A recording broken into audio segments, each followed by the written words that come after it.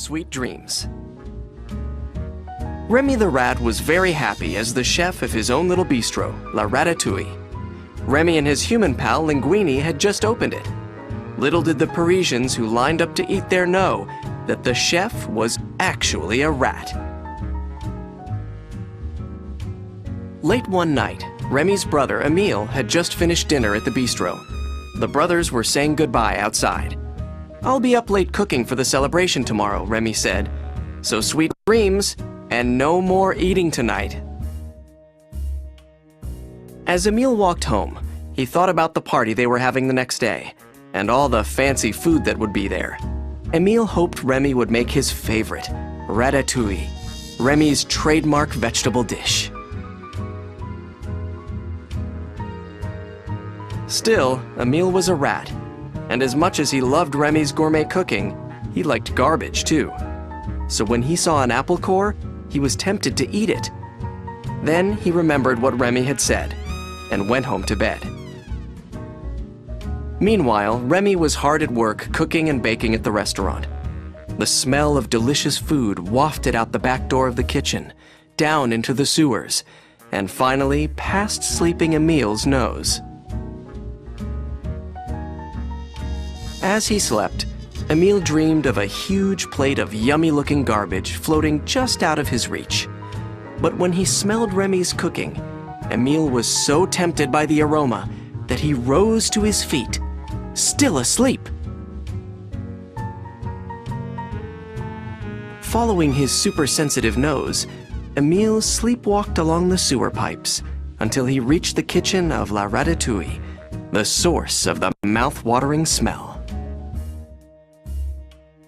By then, Remy was taking a well-deserved break from cooking. It was a beautiful night, and he was outside on the back steps looking at the stars. He didn't see Emile sleepwalk out of a vent and onto the kitchen counter. Still fast asleep, Emile sniffed his way toward a platter of fresh-baked pastries. In his dream, he began to eat garbage, but in the kitchen, he began to devour the entire plate of treats. Soon, Emile had eaten all the food for the party.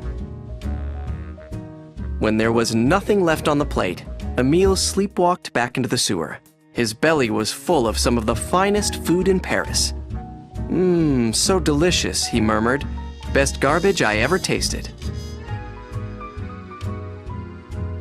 A few moments later, Remy returned to the kitchen to find nothing but crumbs. What could have happened to his wonderful pastries, he wondered. He had an idea, but no time to find out. The next morning, Emile woke up in a sewer tunnel, far from his usual sleeping spot. That's strange, he thought. Then he noticed a heavy feeling in his belly. How can I feel so full now, he wondered, when I went to bed so hungry? Just then, a lovely and unmistakable smell filled the air. Remy's ratatouille. "Oh no," cried Emile. "I overslept. I'm gonna miss the party. And the food." He ran toward the yummy smell as fast as he could with a belly so full.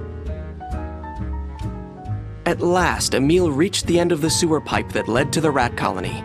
He poked his head out and saw with relief that he hadn't missed the party after all. Hooray, he thought. But when Emile tried to join the fun, he found his belly was too big to fit through the end of the pipe. "Help!" he cried. "Help! I'm stuck! I can't get out!" Remy looked over at his brother and frowned. He shook his head, annoyed. "I knew it," he said. "You're stuck because you're so full. You're the one who ate all my food last night." I did?" replied Emile. "All I remember is a dream about garbage."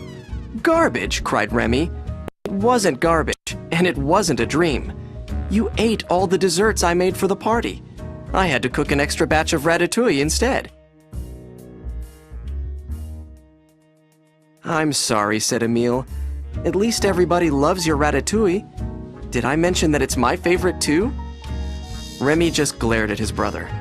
He was so mad at Emile, that he sat down and finished his own plate of ratatouille while Emile watched. When Remy was finally done, he and a few other rats pulled Emile out of the pipe. Then Remy told Emile that he'd saved some ratatouille for him. "Oh, thank you," said Emile, grateful and relieved. That night, Emile went to bed with a very full tummy. And early the next morning, the smell of breakfast cooking at La Ratatouille wafted past his nose as he slept.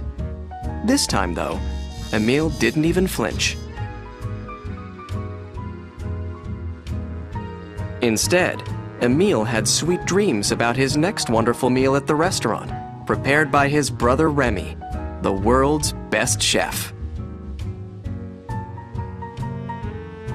The end.